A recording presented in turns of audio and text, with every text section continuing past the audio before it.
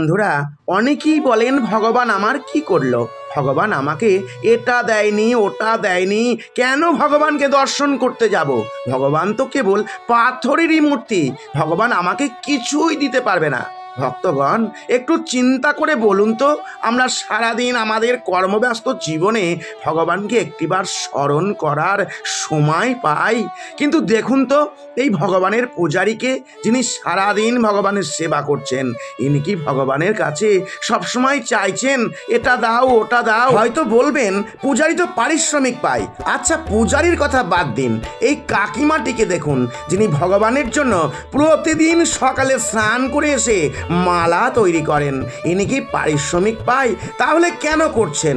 এই দিন দরিদ্র অসহায় ভক্তটিকে দেখুন, যিনি দরজায় দরজায় ভিক্ষান্ন করে ভগবানের জন্মাষ্টমী উৎসব পালন করেন, ইনি কি দরিদ্র থেকে প্রচুর ধনী হয়ে গেছেন? ভক্তগণ, ভগবানের সান্নিধ্যে থাকলে আপনি কোটিপতি না হলেও আপনার শারীরিক মানসিক কোনো কষ্টই থাকবে না। ভগবানের প্রতি বিশ্বাস থাকলে ভগবান সব সময় তার ভক্তকে সর্বদিক দিয়ে রক্ষা করেন। বিশ্বাসে মিলায় বস্তু, তর্কে বহুদূর। জয় রাধে গোপীনাথ।